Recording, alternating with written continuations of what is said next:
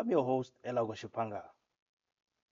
Government continues to prioritize activities that promote food security, employment creation, and poverty eradication. To support these national objectives, the Ministry of Fisheries, Agriculture, Water and Land Reform has developed several agricultural development schemes. These interventions are aligned with the 6th National Development Plan, Vision 2030, and the country's agricultural development policies. These schemes are designed to improve agricultural productivity, strengthen value chain, and facilitate market access for farmers and agro-processors. To discuss more about these initiatives, today I'm joined in studio by Mr. Clerance Tjiho, who is a Chief Agricultural Scientific Officer in the Directorate of Agricultural Production, Extension and Engineering Services at the Ministry of Agriculture, Fisheries, Water and Land Reform. Mr. Tjiho, thank you and welcome to the Government Information Service. Thank you for having me, Mr. Elago. Yes. Morning, viewers. Yes. Perhaps before we start, let's look at this short insert that talks about the policy, the schemes as it's being implemented in the region. The government of the Republic of Namibia continues to prioritize agriculture as one of the key sectors driving food security, employment creation, poverty reduction, and economic growth. To achieve these national objectives, the Ministry of Agriculture, Fisheries, Water and Land Reform, through the Directorate of Agricultural Production, Extension and Engineering Services, has introduced a number of agricultural development schemes aimed at empowering both emerging and established farmers. These interventions are aligned with Namibia's Vision 2030, the 6th National Development Plan, and the country's agricultural development policies, helping farmers increase production, improve livelihoods, and strengthen food security. My name is Adelma Damases. This is a resettlement farm, Ogorusu, next to Ogorusu mine. We were resettled in 2006. Both of us, my husband and myself, we were municipality workers, Otjozondjupa municipality workers. And because we see that we were not able to farm to the maximum, we decided to resign from work and we relocated to the farm, and we are currently full-time farmers. From when we came, the help that we got from the Ministry of Agriculture was we were broiler farmers, and at some point the broiler stopped, and then we are currently doing what we call runaway chicken. Those are the ones that we want to do organic breeding themselves ourselves. We benefited from the horticulture program also. This program has given us a pump, and this pump now is the one that is helping us to water our horticulture, the onions and the things that we are planting. We are currently seed growers of NAMSIP. We do cowpeas and maize, white maize. Zoals ik vroeger zei, ik is Johannes Damasep. Ons is hierdie plaas, ons is eerst begin by plaas op Cleveland.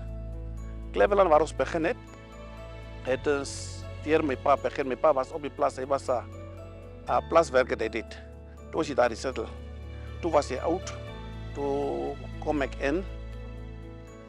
Agriculture, kan ek sê, hulle noem dit, dis onze sterkpunt om agriculture te het. Hulle sê, as jy nie agriculture in jou land het nie, dan gaan paar mense suffer. Bijvoorbeeld wat ons gezien het, ons maak milie so, dan gee ons ook vir die ander mense. So dit is die deel wat agriculture bijbrengt. En ook net niet daar niet, de groente wat ons plan. En ons eigen groente, laat ons die groente gaan inbrengen van andere landen af niet. Zo ons moet eigen groente in die land maken. Laat ons die market in die plek gaan krijgen, in die land gaan krijgen. Laat ons goed eerst geconsideerd wordt om gekoopt wordt. Als die andere landen zo goed. Zo die probleem bij ons is, ons moet onze producten gaan verkopen. Om meer werkers te scheppen. Dan dus meer werkers hier op de grond. Zoals ons nou die dag gepraat heeft, ons is bij werkers nodig nog. Zo ons gaan misschien nog 10 mensen inbrengen. Ik heb gisteren gebeld rond. Ons moet bij mensen inbrengen. Wat met die handen komt werken. Laten we die werk groter gaan maken. Dan is dus werk geschept voor onze mensen op de grond. Wat die werk heeft niet. Government support is enabling farmers to invest in climate-smart agriculture by improving irrigation system and introducing greenhouse technologies that extend production beyond traditional growing seasons.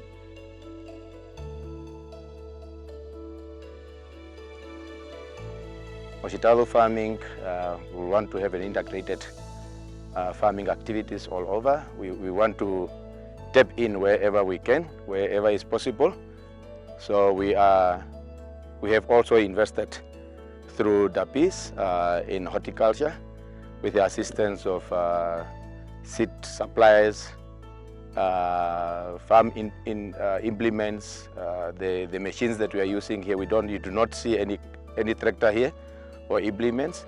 It's only happening with the assistance of DAPIS and the pipings. We also have got an assistance of a small greenhouse that is actually going to be put up soon, I think in the next week or so. They have been promising this week, but their programs are so tight.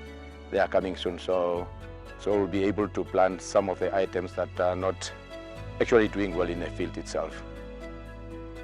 Diversifying into horticulture allows farmers to generate regular income while supplying fresh produce to local communities and reducing reliance on imported vegetables. I think mostly these areas people are only thinking about working with cattle, sheep and goats. But I also think there is also the opportunity for also Namibians to live under this kind of productions. If they can maybe shift their minds a bit to it.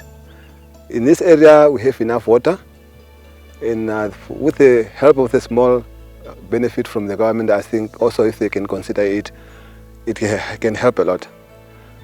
Thinking, for example, the production of these tomatoes can 5,000 plants of tomatoes, I think it can make the household a living from that if you manage to plant them nicely and get the result out of it. Government support has empowered entrepreneurs to establish profitable poultry businesses while strengthening local food supply chains and creating sustainable income. My name is Yoram Nawe Ngushinado, better known as Nawe. We started with our poultry farming in December 24. So we started with 200. We wanted to start with 200 layers. However, we started with 160, and we proceeded with that. Quite profitable business if you manage it well. Yeah, and we are farming at Farm Rodenhof in the Otjozondjupa district, very close to Kalkveld.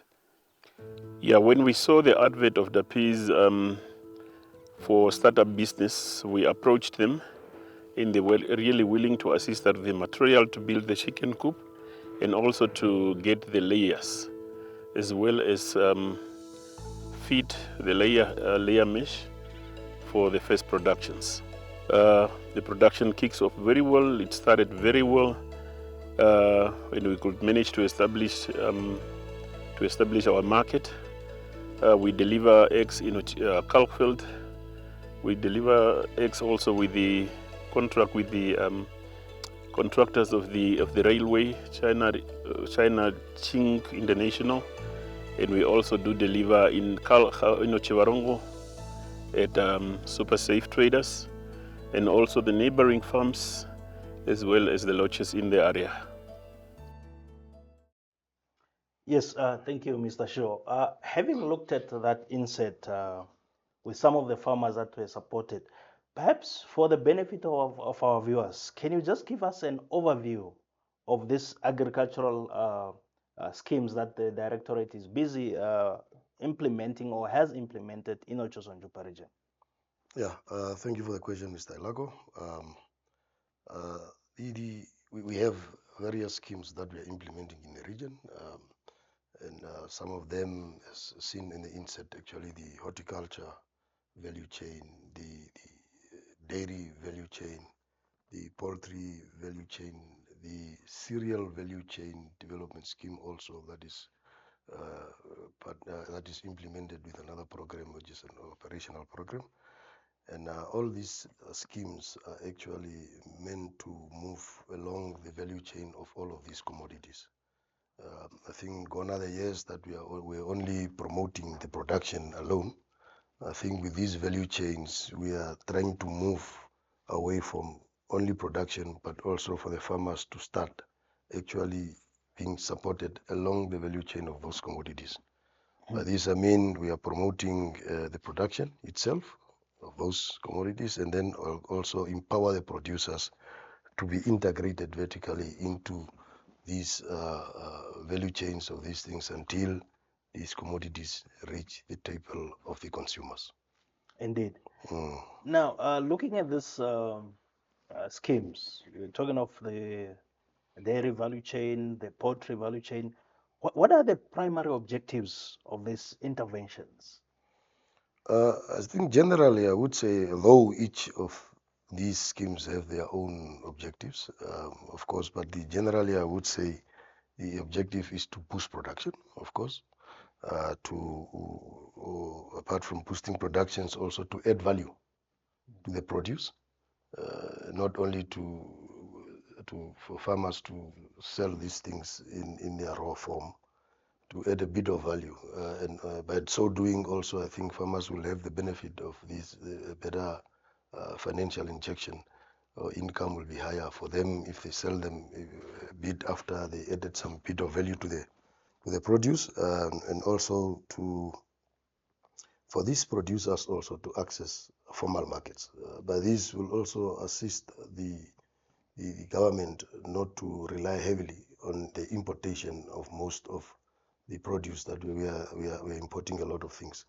And by empowering these people and involving them in the whole value chains of all these commodities, I think, and then starting to produce for the market, I think will start contributing to the national food basket and perhaps reduce our reliance on imports of these things that we can produce locally.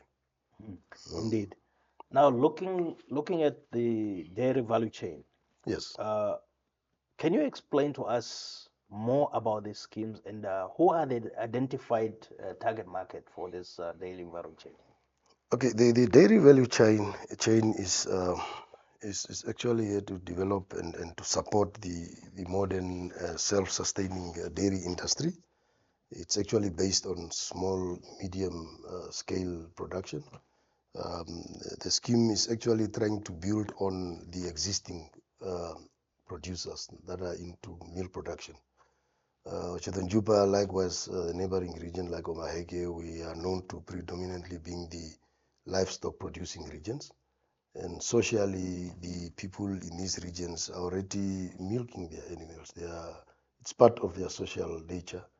And now, maybe for household food security, they are drinking omaere and milking and preparing some butter or madeodongombe and things like that.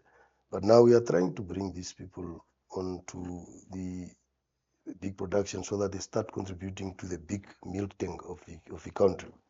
So by so doing, we are actually trying to complement them, and so that they can access markets by supporting them with various inputs at production and also along the value chains, so that they can increase the production of milk and dairy products in the country. Yeah. Indeed. Now, you said you primarily looking at the small, medium farmers, and presumably these are rural farmers. Perhaps what support is provided to these farmers, and who are participating in this scheme, for instance?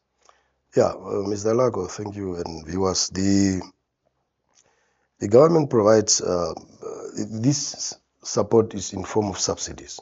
Almost all of our schemes, the support is in form of subsidies, and as we speak, according to the last year's modalities that we use, because our modalities are living documents, they are determined by the challenges of each year, so they change every year, especially the what should be in, what should be out, and things like that, based on experience. But in a nutshell, the government provides about 60% subsidy on the production stock. By so we mean each beneficiary is assisted with maximum 5 dairy cows and a bull to complement the already existing small dairy that is having. Likewise, also it's not only cattle, also with goats. Also, we also support them with a number of goats. I think 30 dairy goats and also a buck, so that they can also complement that section of their milk production. And then we also subsidize 50% with the veterinary medicine. This goes hand in hand. Of course, the animals need to be treated for any diseases and things like that, because we are consuming their products. They should be healthy. And then the provision of feed, which is the most costly input in the dairy section, where we are actually subsidizing about 50% for feeds, and also 50% for the transportation. Should they procure animals perhaps from a certain producer, and they want to transport these animals to their destinations or farms, then they get also subsidized to about 50% of the transport cost. Lastly, actually, which is more important, is the 65% subsidy on the processing machineries, the equipment, the materials, the construction of shelter, the fodder value addition, and the milking palace. This is very important, and that's why we have also injected a higher percentage when it comes to the subsidy, because this is where we want to put more emphasis, especially on the value addition, because this is where we have to ensure that the milk is not contaminated, by ensuring that these people are supported by things like fridges, milking machines, processing machinery such as the pasteurizers, homogenizers, butter making machines, all of these things, what have you, according to their needs, so that they can go into whatever direction they want in their production, the direction, whatever they actually intend to do. I think in a nutshell, I think that's all I can say what we are subsidizing for now. Oh, thank you. That's quite a number of interventions that the Directorate is implementing or assisting these farmers with. Yeah. Now, looking at Otjozondjupa, in what constituencies are the participants perhaps finding themselves? And looking at the budget, how much the Directorate have spent so far? Or let's say look in the last financial year, for instance, into supporting these rural farmers. Yeah, well, thank you. I think the dairy value chain is common in all of our 7 constituencies, from at all our offices, from Gam, Tsumkwe, Makata, Shituo, Konjato, Kakarara, up to Vitoto. So it's been implemented in all of our 7 constituencies: the Tsumkwe, the Grootfontein, Ottavio, Chiwarongo, Kakarara, Matako, and Okahanja constituencies. We do have beneficiaries in all of those pockets of our constituencies, and I think it targets communal, resettled, peri-urban, and also affirmative action loan scheme farmers, beneficiaries also, where they are being supported with these interventions on subsidies, as alluded to earlier. Looking at the budget, I think for the last financial year we had a very good budget, because based on our performance of the last previous financial year also, we did quite very good. And I think based on the interest is so high in Otjozondjupa compared to some other regions. And I think we got the highest of the budget in dairy value chain. I think we got a budget of around about 1.5 million that was actually spent in supporting farmers to procure the dairy animals and vaccines, value addition, all these things that I said, as well as capacity building also. In this budget, there is also a budget to capacitate the producers to get into production and to ensure that what they're producing is the right product. So we also capacitated aspiring dairy producers and including some officials also to refresh them. So about 31 farmers also were assisted with under these subsidies during the previous financial year. You know the budget, we are talking about 1.5 million and we are talking about only 31 farmers. We should also take into consideration that the equipment, the machineries of the dairy sector is very expensive. They are very expensive, and that's why you'll see even the procurement of these livestock and things. That's why the numbers might be little, but then the contribution or the subsidy per person, you will see when you do and check those things very closely.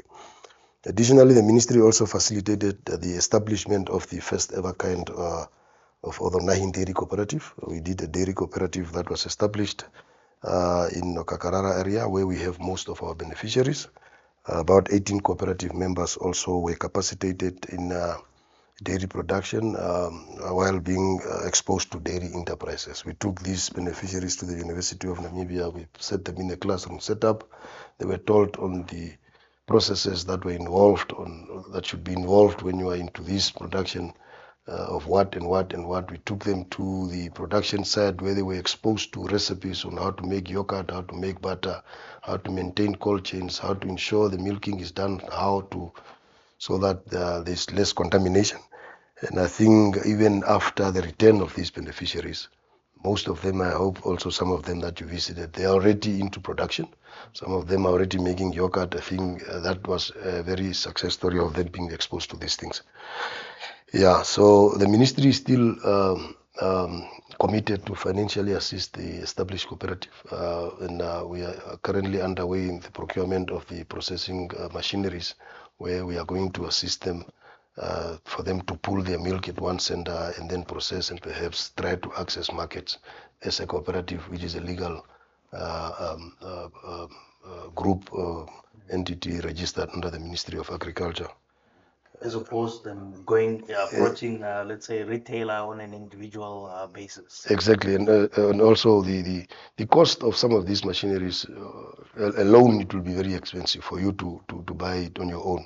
But when you group them in a cooperative, the procurement and maintenance of some of these machineries is less, since you are actually a group and you have a bargaining power also when it comes to the market, and you can get into contracts with big retailers actually to supply whatever products they actually demand. Indeed.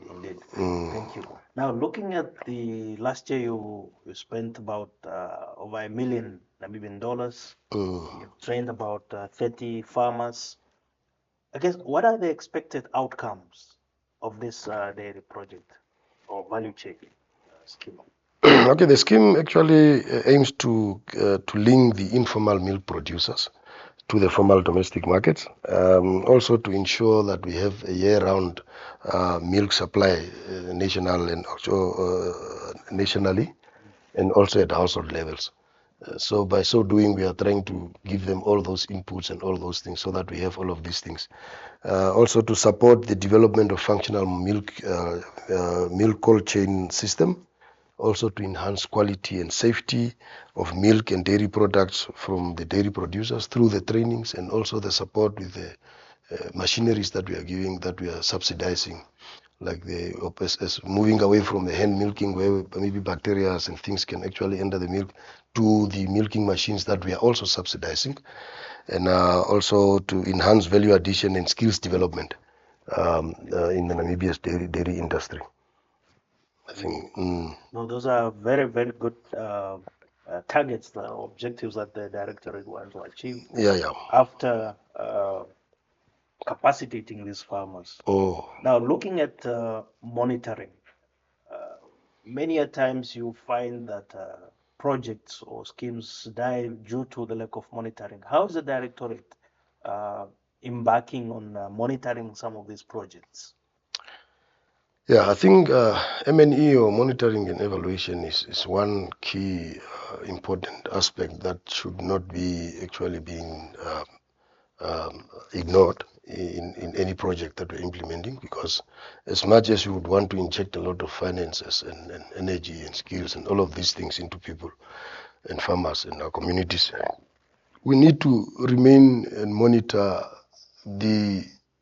what they are actually doing, how they are actually prospering, and provide backstopping. So most of these beneficiaries, the way they enter or become beneficiaries is that they go through the maybe a little of background is that DAPIS is actually one of the agricultural offices that is almost all over the region. Most remote ADCs you find or offices will be of DAPIS. So these beneficiaries are linked to those offices. And that's why when they come to enter, they actually go through those offices to come and benefit. So the monitoring at times is not defined to say it's every month, every second month, and so sometimes it's undefined due to the fact that these beneficiaries are proximal to these ADCs and they are attached to the technical officials at those offices that are actually monitoring and providing backstopping perhaps on a weekly basis based on the need. But I think for us, we have remained to have a defined quarterly monitoring, depending on the budget also, and also the need for the monitoring, because the production sometimes, what are you going to monitor if the cattle are already there and they're being what? So sometimes we have maybe quarterly monitoring, and then we have to provide backstopping support, and then should we find out that maybe a beneficiary is having some issues pertaining to A, B, C, and D, then we address them accordingly and promptly before it's too late. I think that is very important, and we give a big attention on that, and we also urge the farmers and the beneficiaries not to sit there and wait until the project actually dies or the animals dies and things like that, while the officers are actually closer to them for backstopping and support. Indeed. Thank you. Now, looking at, you talked of farmers to be proactive, to reach out to your offices if they are perhaps facing any challenges. What are some of the challenges the farmers are facing, and how does the Directorate, the PIS, now help the farmers to mitigate some of these challenges? Yeah, the challenges, they are unique for certain farmers, and it's based on the background also of the beneficiaries, and it's based on where they perhaps procured the animals and all of these things, but not only that. So each of the beneficiaries are having their own challenges. Some of them were issues pertaining the production, where we have to advise beneficiaries on what aspect you have to put in to ensure that your production is actually maximized. And I think this is very key, because as I was trying to address the previous question also, this is key, and it's mainly also done through those backstopping that we're actually doing on a monthly or daily, depending on the distance between the beneficiary and the official. But the challenges, the consistency of supply, when I think these are foreseeable challenges that we are seeing, and we are trying to inform beneficiaries to ensure that they don't have a one flat supply chain. Maybe they should have a staggered production system, where at least if you are to enter into markets, so that all your cattle don't dry up at the same time while you are contracted by a certain retailer waiting for your milk or a milk product. Now you don't have milk. So you should have that type of staggered production, and not only to have that production that is aligned to the natural mating seasons and all of these things. I think that is one of the foreseeable challenges when it gets to the market. Diseases and these things are not very common in thrive, but then we had some challenges when some of the beneficiaries procured livestock. I think some beneficiaries procured the Holstein Friesian dairy breeds, and then some of these breeds really did not do very well in a semi-intensive system. They are very good, they are performing very well in intensive systems, but when they came to the rural communities here and some of these extensive systems, they were suffering. And I think the challenges are very minimal, to say the least, but except the affordability and these things for the machineries for them to get and penetrate the markets, which we are actually trying to go and address on a daily basis and actually every year by capacitating, exposing, and trying for them to be ready for these markets. Yeah. Indeed, thank you. If you just joined us, you are watching the Government Information Center coming to you live from Otjozondjupa in Otjozondjupa. Today we are busy discussing agricultural production schemes under the Ministry of Agriculture, Fisheries, Water and Land Reform. Now, Mr. Tjiho, coming back to another scheme that the Directorate, the piece is spearheading is the Poultry Value Chain Development Scheme.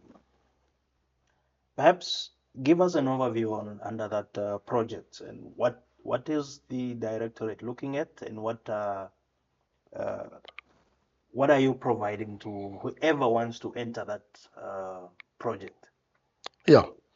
No, thank you. I think poultry was also identified as one of the key sector also, especially when it comes to household food security. And I think it forms part of the one of the it's very important source of income and also protein to rural communities.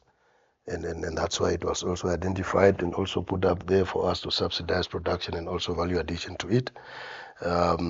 The Poultry Value Chain Development Scheme overall objective is to provide poultry producers with subsidized inputs and capacity building along the value chain for enhanced poultry production and productivity.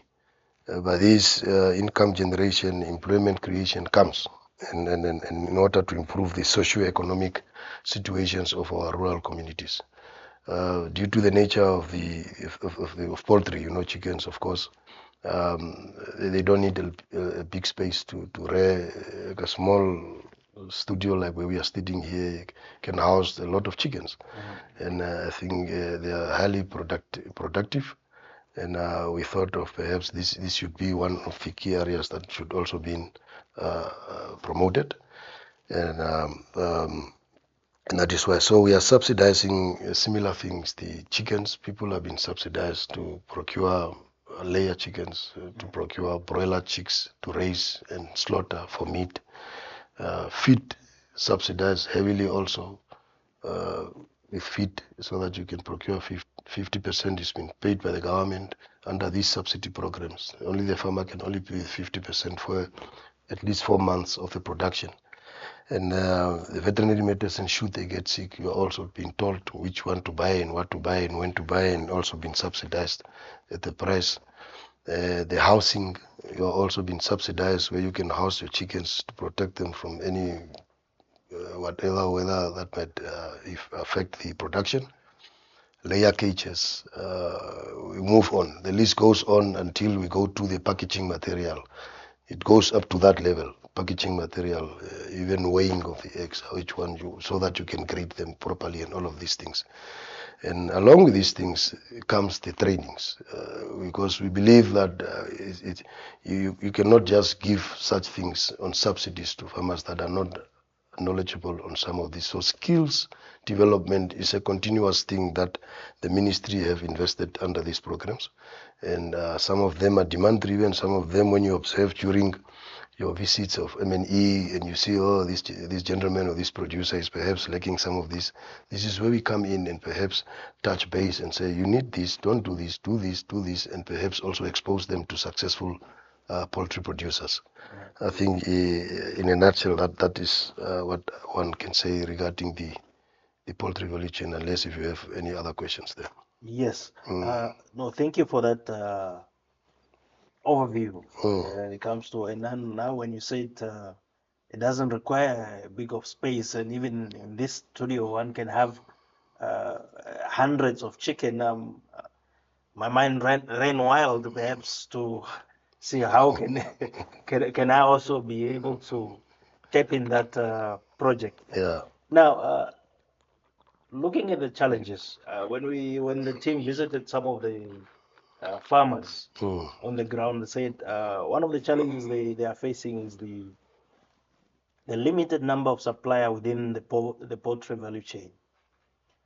So whether it be feed or perhaps implements, what are measures? What are the measures the ministry is putting in place to strengthen supply chain and ensure that beneficiaries receive their inputs on time? Yeah, the like I said, this project is being implemented in the whole constituency. Likewise, the other one that we just spoke about. So we know Otjozondjupa is having very remote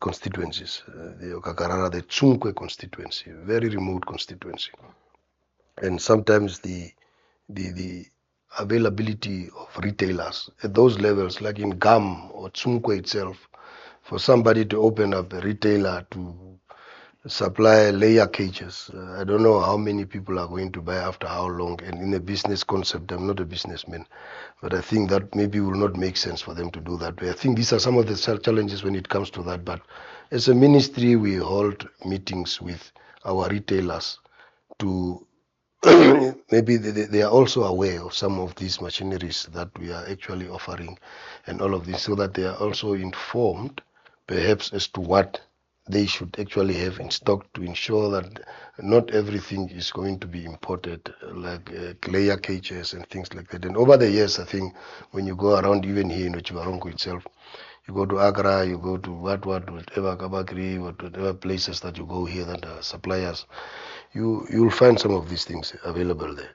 I think the key or the main challenge when it comes to the availability of input is actually the availability of breeders. I think that is one of the key challenges that I can underline apart from what you said.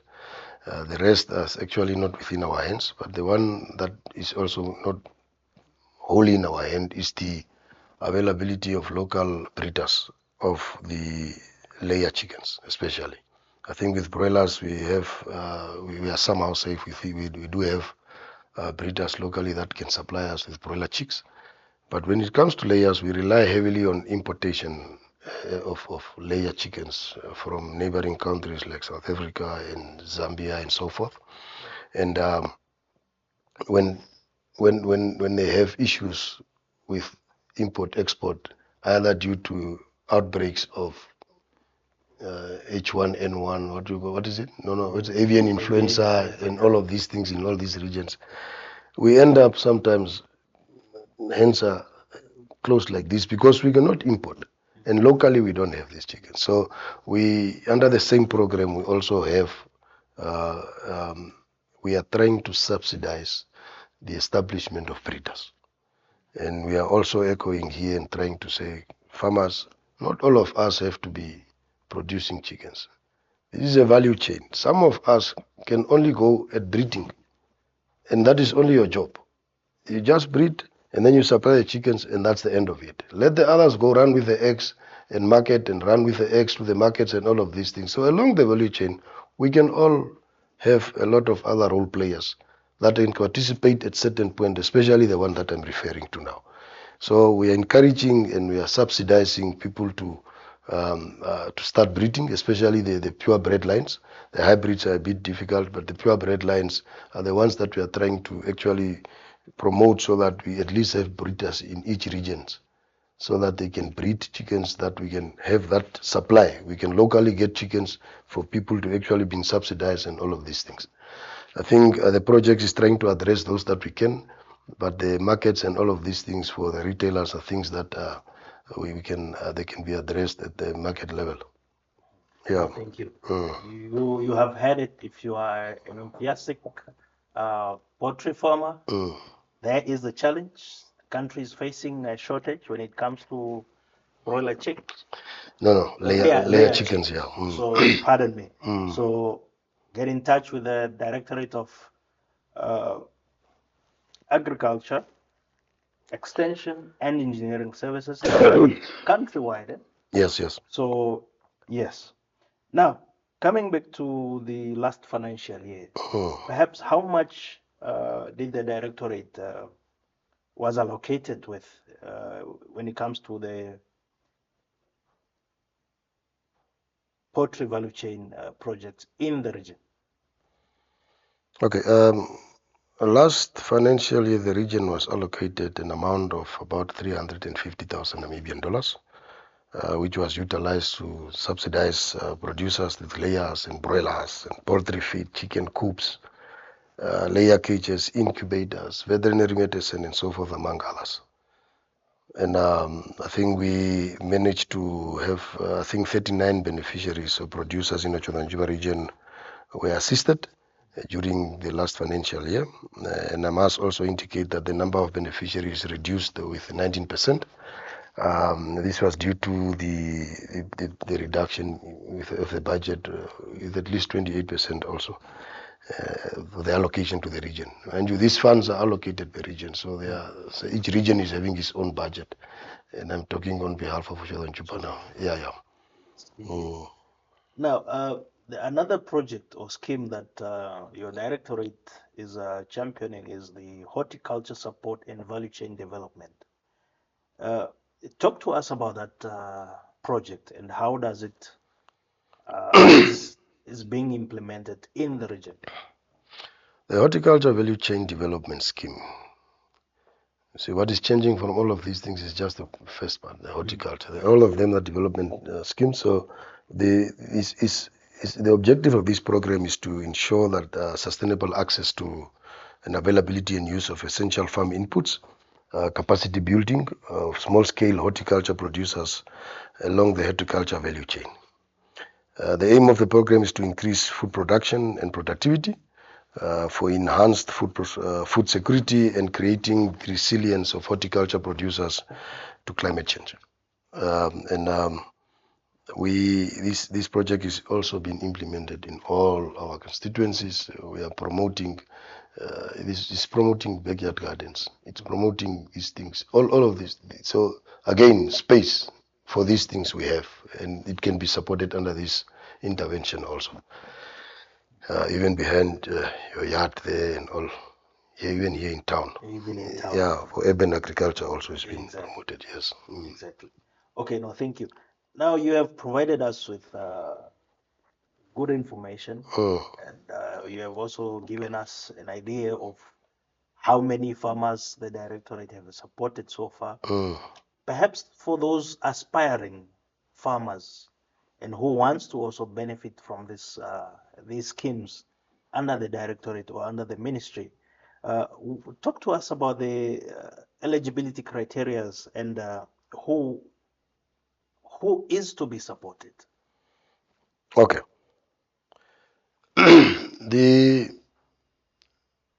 Like with all the schemes, they are different. All producers in those things, because it supports existing. The fear is to impose some of these projects on people that were not actually farming, being directed by these projects.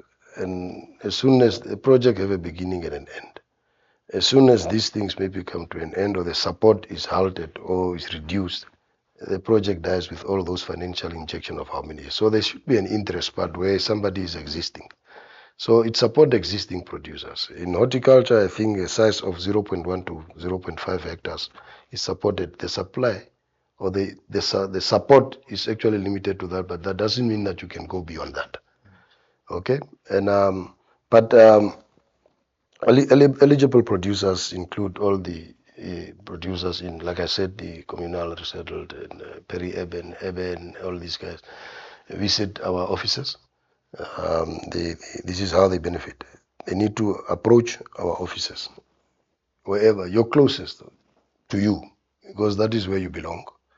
Not only should you be under the database, but also for support and backstopping. So that is where your first entry point is your office closer to you. If you are somewhere in GAM area, you go to the GAM office, where you are actually directed to be told and clarified whatever I'm saying here, perhaps in the local vernacular that is mostly understandable for you to, and also. And then they take the technician or the officials actually go and do what they call a verification of the eligible aspiring producer. By there, they look at many things of sustainability nature, the availability of resources to support the intended request, looking at whether there's water availability, whether there's all of these things for horticulture, whether there's space for dairy, whether there's grazing for, and so forth.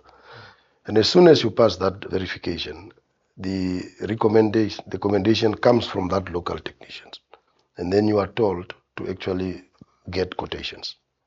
So the producers, aspiring producers, they get quotations, they give it back to the technicians who actually calculate the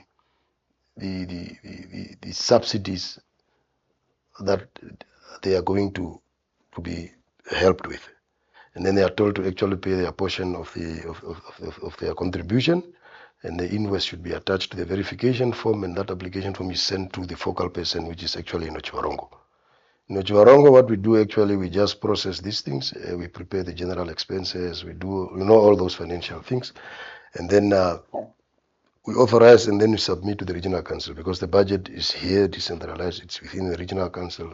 After authorization, it's sent. The CRO have to endorse and also authorize it, and then the payment is done to the retailer or the supplier of a certain item that the farmer wanted to be helped with, and after which the farmer actually goes and collects his things, depending on what it is, and then he goes and starts doing what he said he was going to do. Normally, the process in Otjozondjupa region between the submission of the proof of the farmer's payment, or the contribution, and the payment to the retailer, we actually take not more than 2 weeks. It's very fast.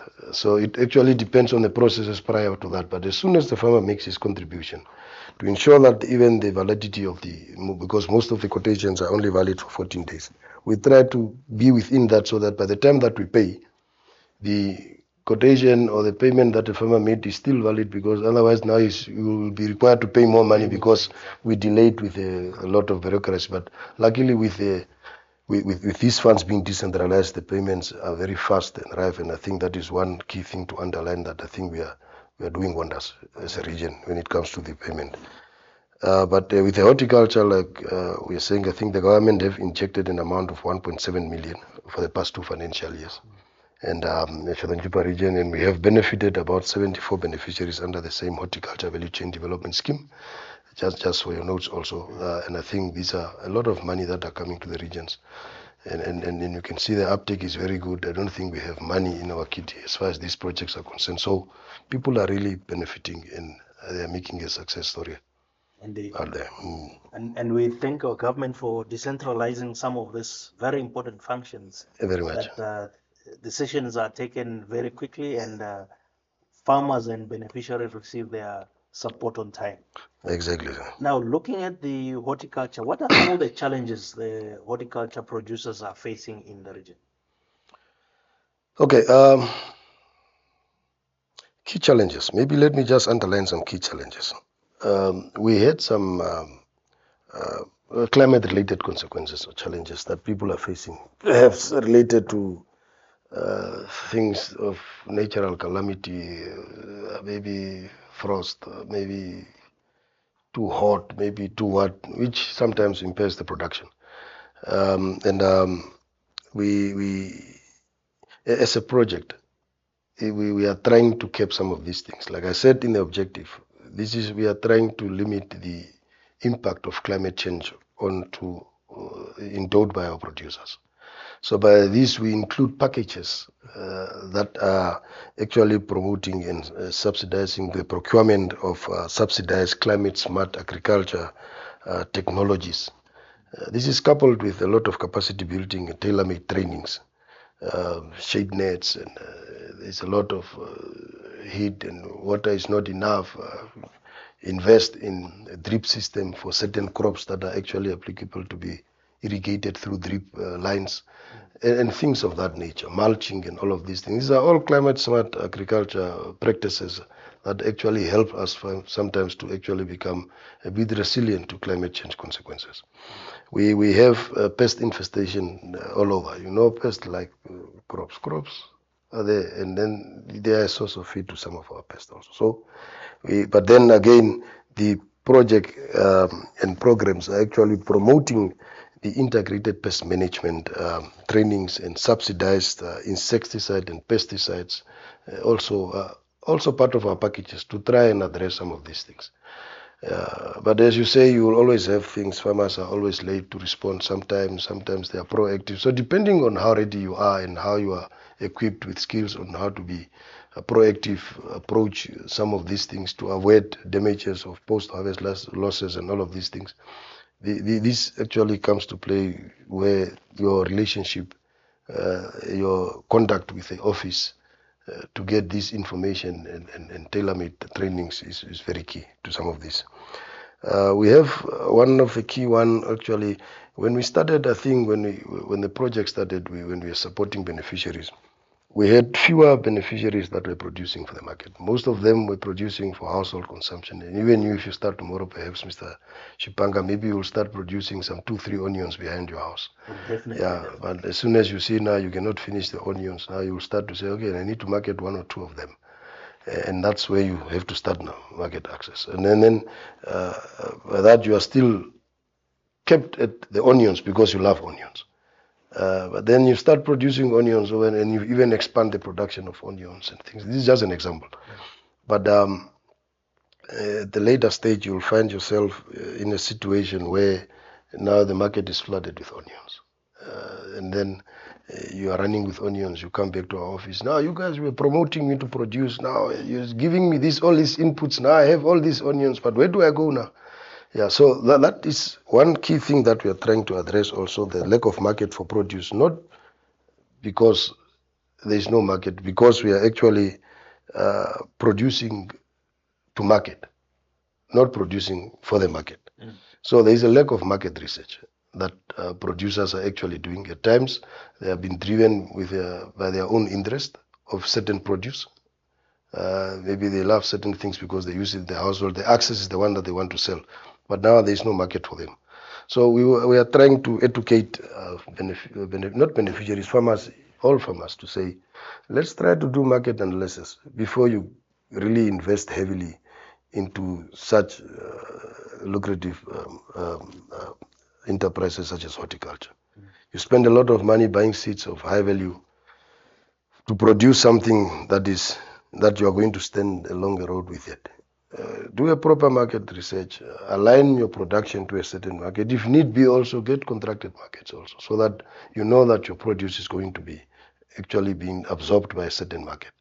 We are promoting and facilitating the registration of producers with the Namibian Agronomic Board, which actually aids with not only production but also networking the producers to the markets, and also assisting and telling farmers that don't grow this because we regulate import and export, the Namibian Agronomic Board.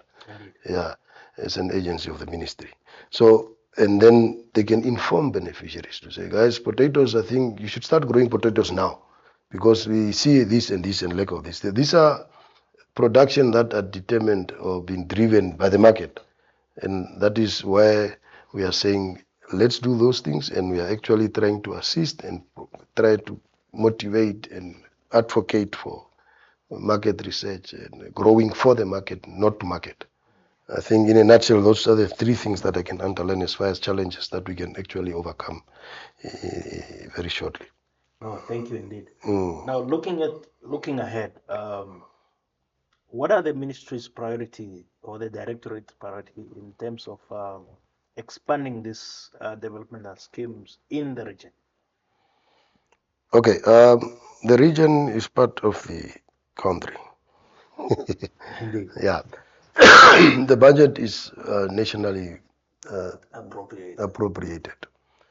The allocation to the region comes from that national appropriation bill, and we rely on that. And what I can say where I'm sitting as a DAPIS official from the ministry is that there is a commitment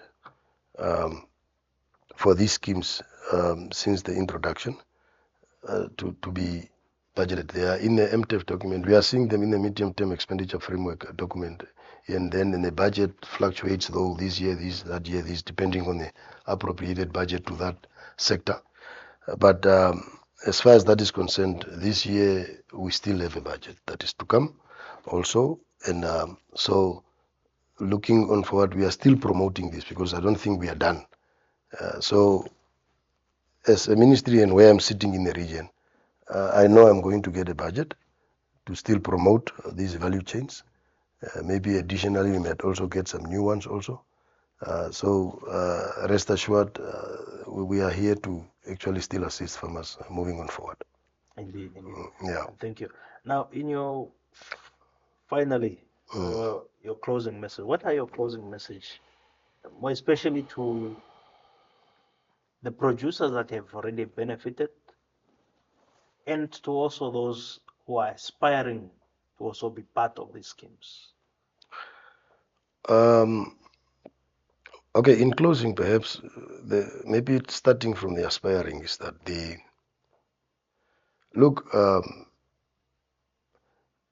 we cannot rely on somebody else to produce our food. It should be your responsibility as a human being, with both hands and both legs, and who can hear and see and listen, to try and cultivate your land. Make your land pregnant. Put the seed in the ground. Try to produce your own things. We cannot rely on buying everything in the shops. And the government is there to actually assist you in this regard. And that is not only horticulture that I'm talking about. Even the eggs. Have an integrated system as a human being, not as only as a farmer.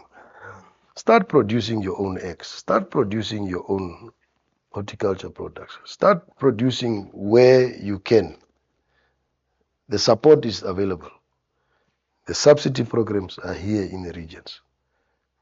And what I've just narrated over this whole interview, these are not jokes. These are things with money and things that are here. So start producing your own things. The government is here to support you. The offices that are constructed in this whole region are not there to decorate those scenery and things like that. The officials sitting there, they are there being paid from 8 to 5, waiting for you to come, to assist you, to help you, so that you can actually make a living of yourself. So come on board. Let's not wait.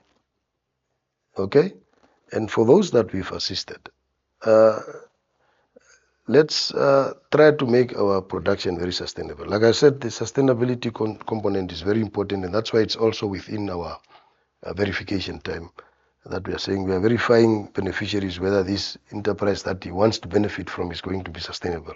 We have to look at the 3 pillars of sustainability, whether that thing is going to be financially sustainable or viable, or whether environmentally it's possible for that production to actually happen there, and whether it's even socially acceptable in those areas. So we tell and we also inform beneficiaries that this support is not going to be here every time for you and you and you, the same person. So we are trying to actually pull the people that we are supporting so fast, so that when we leave them, they have that momentum to move on their own, so that they can actually sustain themselves and actually not actually being dependent every time on these things. This will make way for new entrants to actually start being supported, and that's why even when the budget gets a bit limited, we actually prioritize more the new entrants, and then we tell the other people that by this time I think you should be self-sustainable and so forth. So our offices are there, please. We encourage farmers to actually visit our offices. We have capable and very qualified officials in all our offices, from Ovitoto up to GAM, that can assist you very, very well in support of these schemes. Mr. Tjiho, thank you very much for that insightful information about the agricultural development schemes that your directorate is championing. And thank you so much. Appreciate it. Thank you, my brother. And then to our viewers and listeners, you have heard it from Mr. Clerance Tjiho, who is an agricultural scientific officer in the Ministry of Agriculture, Fishery, Water and Land Reform. To quote him, let's get the land pregnant. Let's sow the seed. Let's produce our own food, either in our backyard garden, for your own consumption, and also for a little income. Until next time, I'm Elawa Shipanga and the entire crew. Thank you for tuning in. Bye for now. Thank you.